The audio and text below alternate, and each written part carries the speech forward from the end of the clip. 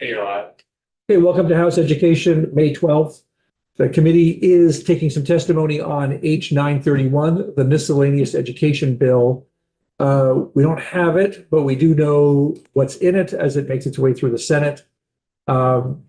We've asked for testimony from the agency on one significant addition to it, which is the kind of an expansion of the HHB Advisory Committee. We'll get some testimony, hopefully, from somebody on the committee as to why they did this. In my observations, the agency and another organization sort of worked together, the Vermont Network, to sort of come up with some compromise language. But Courtney, to the best that you can, maybe give us a little history of this change here, and then happy to hear the agency's position on it. Absolutely. Thank you for inviting me in. For the record, I am Courtney O'Brien. I use she, her pronouns. I am the agency's director for the Safe and Healthy Schools Division. Yes, thank you for the opportunity to come and talk about this provision of the bill. What I'd like to do today, if it works for you all, is offer a bit of history of how we got here, but also, I think importantly, a bit of information about the work that the agency is currently engaged in related to HHB prevention, which seems to be a discussion kind of happening in parallel, but not really in partnership to this conversation about the Prevention Advisory Council. So I think it's worth starting with the council that we're discussing is the HHB Prevention Advisory Council that is outlined in Vermont Title 16, Section 570, Article 570. And this is the section of Title 16 that speaks to hazing, harassment, and bullying prevention and response comprehensively. One specific provision of this law establishes the HHB Prevention Advisory Council to help advise and coordinate the activities related to HHB prevention in partnership with the Agency of Education. Our perspective at the agency right now is that we are generally not supportive of this expansion in this moment in time. We are supportive of engaging in further work around comprehensive HHB prevention and potentially looking at statute for alignment and revision, but we are not in favor of adjusting the membership and or scope of the council at this time, and instead would strongly recommend that we continue forward in our work over the next year and reconsider whether statutory changes would be appropriate next year as part of a more comprehensive HHB strategy. We shared this with Senate Education. We shared this with several of our partners involved in the work of proposing this new provision. And what we attempted to do is reach compromise language that we felt would be the most efficient version if this were to move forward and there was a membership change that would more appropriately balance the roles and responsibilities of members on the council to ensure that the voices of educators, students, and advocacy groups were balanced in this council. I will note the proposal does now increase the membership, I believe, to 17 participants when I last checked. That is a fairly large advisory council. I think brief history of the council itself, at least in my experience with the agency, beginning in about June 2023 and through early February 2025, the council met fairly intermittently. This was due to a number of different issues and barriers, including flood response and relief efforts and the disruptions to our operational work, leadership turnover on both sides of both the council and the agency, and difficulty achieving quorum even on our existing membership. In February 2025, Secretary Saunders reestablished the council, really with a primary goal of moving forward with revisions to the state model policy for HHB prevention and being able to utilize the Prevention Advisory Council as a key mechanism to gain input into that revision process. That process moved forward. It did culminate in a public comment period that really lasted almost through the end of calendar year 2025. It originally was open for public comment until the end of June 2025. And because the conversation was continuing and we were continuing to get good feedback, we kept that period open for quite a few months beyond the original date. That process prompted a pretty significant adjustment in how the agency is approaching HHB prevention work. So I think it's really important that we understand that the Prevention Advisory Council does not direct the activities of the agency. We work in partnership together, and we began moving forward on a multi-year strategy related to increasing our technical assistance, our resources, our state level documents and training related to HHB prevention. I would say we really launched that idea maybe November or December of last year. This work is well underway. In addition, the council has recently had a turnover in their chair position. We had our first successful meeting with the new chair just last month. And one of the goals of that new chair is to reestablish the core priorities and goals of the council itself. Again, worth reiterating, my role on the council is to advise and act as a subject matter expert on behalf of the AOE, but the council is really tasked with leading their own initiatives to help advise the activities of the agency. The comprehensive strategy that is underway now includes, we are just wrapping up model policy revisions to an investigations and response policy. Feedback on, so level setting, that policy is grounded in the existing statutory provisions around HHB. It is very reflective of some of the nuances of that process. It does not provide a particular focus on prevention activities. It talks about the ultimate goal being prevention, but many of the activities that are discussed in statute are based on investigation and response and kind of the documentation of that process. And the public comment on that policy reflected that theme by and large. We got a lot of good input around what was lacking in the policy. And as a result, the agency said, yep, we agree. However, investigation and response still has a place in this, but still has a role in the prevention process and is embedded in current statute. So we have to incorporate it. So revisions to investigation and response are just nearing completion. We expect that policy to be released sometime in May as a revised state model policy for the investigation and response of HHB complaints. That will be nested within a larger comprehensive prevention policy, which is also being drafted.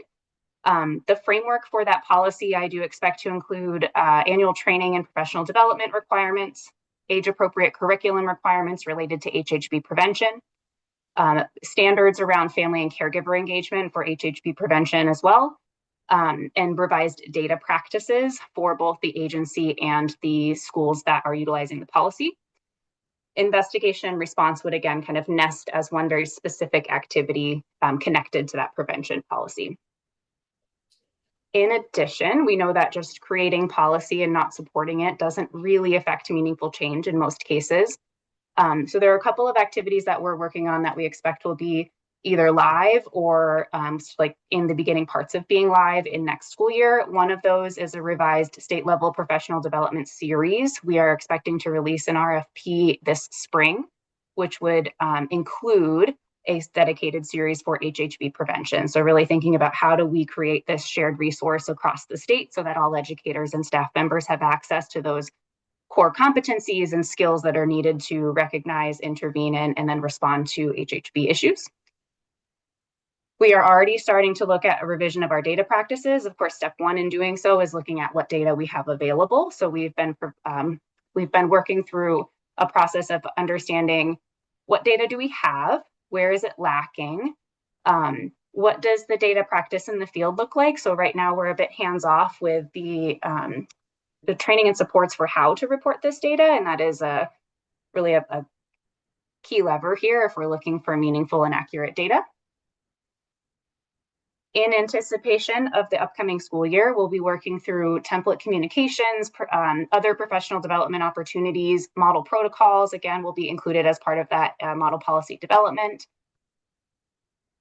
With some great advice and input from the HHB Prevention Advisory Council, we are looking to focus on some additional resources that go beyond only educator-focused resources, such as student and community resources, special considerations for student populations, such as students with disabilities or LGBTQIA students. And the purpose of this would be to create kind of a live and kind of ever responsive toolkit around current needs for HHB prevention. With all of this underway, We are requesting respectfully consideration to hold on any changes to the advisory council membership and or other changes to this section of statute until at least next year. At that point in time, we will have completed this work, or at least have it in that early stages of implementation. We will have a better understanding of available data and where gaps are in the process, and be able to approach this with a really meaningful, again, more comprehensive approach to how we actually address prevention of HHB in our schools. That was a lot of information very quickly. Are there any questions that I can help to address? Appreciate what you said and all the work that is underway. What do you fear from with the work that's going on with the AOE? What do you fear from a sort of expanded advisory committee if that were to be put into place? Yeah, truly at this point, I think the concern is around interrupting the efficiency of the council. We are just kind of hitting a new groove under new leadership. We have been working, moving forward with this proposed strategy, at least, I'm looking at the calendar for almost 6 months now. And to adjust course now and bring in a much larger group, I think will at some point experience some quorum issues. It's a very large group that's difficult to find scheduling around. But then also in finding consensus on major priorities. And so I would hate to think that we may be running, hopefully not in opposite directions, but like running in parallel and not talking to each other, rather than working together under our current structure to kind of move forward with this year's worth of activities and then potentially reset next year. Could you talk a little bit about sort of the current working relationship between the advisory committee and the AOE on a sort of more, I don't know, day-to-day, week by week, or month by month? Yeah, so definitely. As I mentioned, we attend as the subject matter experts and are kind of there to represent the agency's work in this space. We don't chair the committees. I abstain from voting in committee activities, and am there to answer questions where needed. I and my team became involved with this council in about August, September-ish of last year, when the agency went through our reorganization and our Safe and Healthy Schools team was elevated to a new division. We have had, I should say, the committee had some quorum issues last fall, so we met mostly regularly last fall, but we did have a couple of places where quorum was not able to be achieved, or we started a meeting and were not able to actually complete that meeting because we did not reach a quorum on a live meeting. Last year, for the most part, our activities were in providing overview of public feedback and comment that had come in around the model policy. So the vast majority of our work last year was in reviewing the model policy documents, in kind of exploring the feedback that was coming back in. The council has raised concerns, support, questions, all of the above around the existing model policy. And so part of our work has been in trying to connect all of that input and align it into something that meets all of the needs as best as we can. Around the end of last year, we started to request some additional time and space in those meetings to talk about our collective strategy so that we could really think about how do we meaningfully host these meetings? How do we meaningfully incorporate the voices that are at this table? There were certainly a couple of places where I had suggested, this is a gap in our available resources. Is this something that not even financially, thinking about like, how do we engage more student voices? How do we engage more family voices? How do we tell the story a little bit differently than the agency is sometimes able to do directly? But our work is to be responsive to the needs of the council, so that depends on how the agendas are set. In our most recent meeting, again, we had a change in the chair 2 months ago. And so last meeting was the first meeting with the new chair. I was asked to provide an overview of available HHB data. We talked about what's there. We talked about what it really represents. We did talk about gaps. It's not the most meaningful data collection that we have. And that's one of the challenges we have right now, is we'd like it to be more robust. We'd like it to really represent actual gaps in the process and not just a total number of substantiated incidents. But otherwise, we're really there to advise. So again, we're there to answer questions about other programs where there may be overlap or potential resources that can be leveraged. The primary focus of our work right now has been in trying to move that model policy across the finish line. We have yet to achieve full consensus from everyone on the board. That's not necessarily needed. It is AOE's statutory responsibility to maintain that policy, but of course we want it to be representative of the voices that are most affected. And so we've been doing our best to navigate that, and we hope to have that published and available at the next meeting.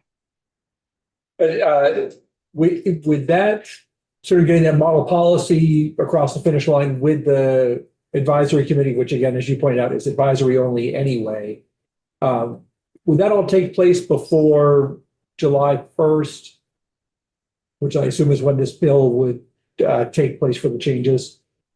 A piece of it would. So again, the big change here is that we are moving from one model policy that says the word prevention, but is really indicative of investigation and response, and moving to this kind of comprehensive prevention policy under which investigation and response nests. There is a very real and somewhat urgent need to revise the existing policy so that our definitions are in alignment, so that we can move forward with supporting both districts and students and families with kind of consistent, appropriate handling of cases. There's also a lot of confusion in the current policy about roles and responsibilities for investigation, so we've clarified that. The revision on that subsection is ready for release, or should be ready for release by end of May, is my deadline on this. The larger prevention policy is not. So likely that first draft will be available for kind of the beginning stages of public comment shortly after July 1st of this year. We have the framework established. The work that is ahead of us over the next several months is to refine that. We certainly want to go all in and create, include all of the best practices and kind of evidence-based strategies that are out there. We also know that there's a practical balance that's needed, and we can't realistically say that, we're not going to prescribe 800 hours of professional development in this policy as kind of one angle. So we do need to revise and refine and think about things like, what are those core competencies? How many hours are we really talking about here? When thinking about age-appropriate curriculum, we do want to refine that and make sure that we're creating some guardrails around it. That work will take a couple of months and will be very field and stakeholder heavy in that process. That's also likely to, and I think it should, I think this is really an exciting moment where we're seeing a lot of interest in really strengthening our support in this space. It's also a place where I really would, I think that our mechanisms in-house to be able to align all of that public input coming in need to be very tight so that we can stay focused on the next parts of this. And our concern is that a change in the scope and size of membership of the panel, the Prevention Council right now could be disruptive in the sense that we kind of lose focus on these priority levers. It could mean that we aren't able to meet. It could mean nothing. Realistically, it could mean that we end up moving forward and nothing really changes. It's just, it seems like this would be better suited for a more comprehensive look at the whole statute rather than starting to address pieces at a time. We do expect that this work may likely result in some recommendations to adjust or refine statute in future years to make sure that the work is truly representative of what is happening in schools, federal and state definitions around HHB, specific roles identified, et cetera. This may be out of your knowledge base, but there are other sort of advisory councils that are either required by federal law or state law that work with the AOE. I'm thinking of the Special Education Advisory Council, which I guess is federal regulation, which I recollect is pretty big, but I can't remember. And I was sort of wondering how does the size of this proposal for the council compare with other councils that the AOE has to work with? Yeah, apologies. I don't have a comprehensive list. That's okay. a great example. I actually attended the Special Education Advisory Panel meeting earlier this week. It is a large group. I'm inclined to say that we're not against this change in the sense of like any change would be bad. It's more so the timing. We finally have kind of hit this group where we've got a lot of momentum. There's a lot of work that is being deeply invested in right at this moment. And again, while the panel is advisory, we do strive to work in parallel with that council. And I think it would be very difficult if we were to hit a point where there's a change in direction in the midst of all of this other work happening. we would certainly need to account for that and adjust course as needed. So it's our concerns this year were that this was added on late in session as kind of a one-off adjustment to the HHV prevention part of statute. We would much prefer to see that looked at as a holistic, how can we genuinely do this work better? Because I think most of us in the room have understood that it's not really changing right now, right? Like we're still seeing a lot of HHV in schools. We're still hearing that this is a persistent and pervasive need, both from educators and from students and families. And we want to be able to do this in a way that's really meaningful. And our approach would be to reset, finish up these activities that are happening right now, reestablish some consistency in how we're doing this work, which right now is quite varied across the state, and then come back to the table with some questions around how do we strengthen our policy in statute as well. Or is that could be? Perhaps I missed it, but I was looking at the bill. What is the membership number now? How many members are in the panel now? Oh, I would need to look You back like at the existing language. I think Like Eight. 6 or I 7. think it's 8. Oh, because the last Somewhere. one says other members of the Right. secretary. It's a little vague on the last one. So it's like maybe 8. I believe And on the website. voting members. We have been fortunate as our team has expanded, so has the Safe and Healthy Schools expertise that's available. So AOE has had a bit of a stronger presence in that we're available, but we are not voting members and Right. do not chair the council. Thank Who you. currently chairs the council? Big Hartman from the Human Rights Commission. Okay. Just so everybody knows, Big is coming Yeah. in later. Yes. Okay. So. Okay, any other questions from the committee on this particular topic? Didn't know if you wanted to weigh in at all on the Senate changes to H 930, the chronic absenteeism bill. I'd be glad to if you're asking. We're very pleased where it has landed. We had some good conversation with Senate Education. We did note that there were some different points in testimony this year where there was a lot of interest in more deeply exploring other root causes of absenteeism related to this bill. So we saw a couple of variations of this bill that had expanded provisions around HHV prevention. Actually, I think where we landed as the policies must consider specific considerations for these processes works very well for us. We did see an interest in expanded home study hearings language, and very similar to our conversation about HHV prevention, our proposal was to move that to a more comprehensive, meaning intentional study around home study so that we can look at it all together. Where it's landed right now seems to meet the need. It seems to accurately address resetting the foundations around chronic absenteeism. I will caution that at one point there was some conversation around how we define chronic absenteeism, whether as 10% of missed school days or 20 days of unexcused absences. And I would just caution that as we've landed, that seems to be appropriate, that we are really defining truancy as one and chronic absenteeism as another. Yeah. So we said the proposal is, it's the same what we had. Okay. Yes. Yeah. Yep. Great. Okay. I think, probably one of the most substantive changes in this is just sort of moving away from a list of excused absences to making that not necessarily getting rid of the list, but making that the AOE's responsibility to come up with rather than putting it in statute. Which I assume you're comfortable. Yes, very much. We were very supportive of that. We had some good conversation with some of our folks out in the field leading this work. I believe Nick Connor was somebody who provided some testimony to Senate Education around this very topic. It allows us to be more responsive. We know that the different causes for absenteeism will change and ebb and flow over time. And so this does allow us to be able to make those changes as a state. There's a provision to explicitly to review that model policy every 3 years. I think that's a great provision. It gives everyone a deadline to be keeping that current and making sure we're staying accurate to changes. So yes. Anybody else have any questions on 930 in particular? Great. Okay, Courtney, thank you very much for your testimony today. Quite helpful. For the committee, I think we'll continue to take testimony on this week. I suspect we're going to come down with sort of compelling testimony on both sides, and we're ultimately going to make a decision and sort of referee it. period, on just the HHB addition to the facilities ed bill.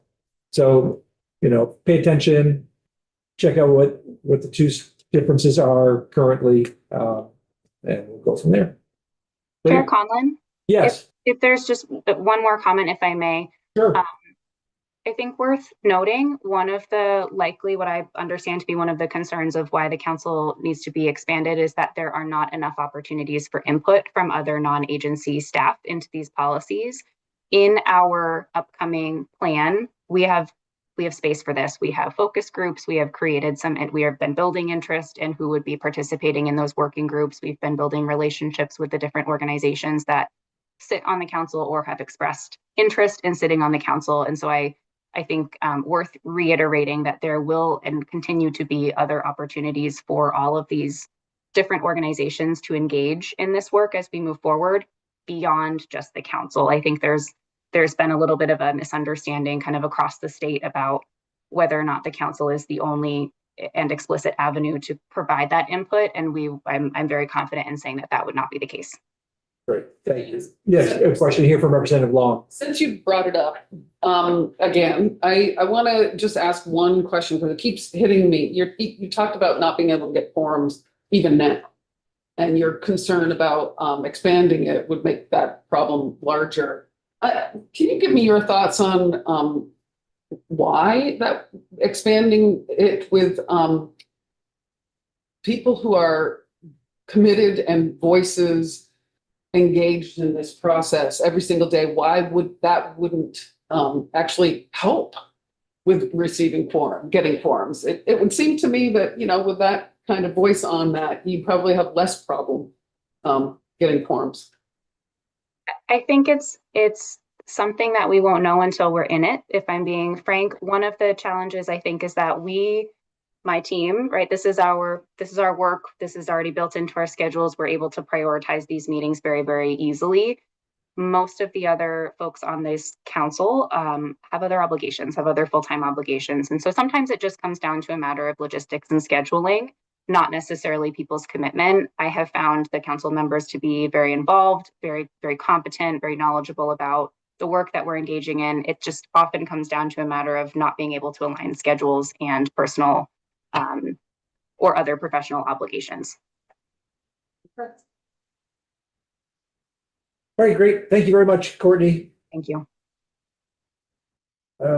Any questions from the committee about tomorrow, next day, anything else? You said Big's coming in. Is that tomorrow? Yeah, Tomorrow? Thursday. Yeah, tomorrow we're not. You're right. So we're just taking product absenteeism up before Thursday. I could always review up here, House floor Thursday. Yes, so it's going to come back. It'll be on notice. And then we'll, since we're going to concur, then we will just have to go through the I process. just printed this side by side, so. Okay, Yeah, great. just. All right, just- pictures on there. Fine. Great.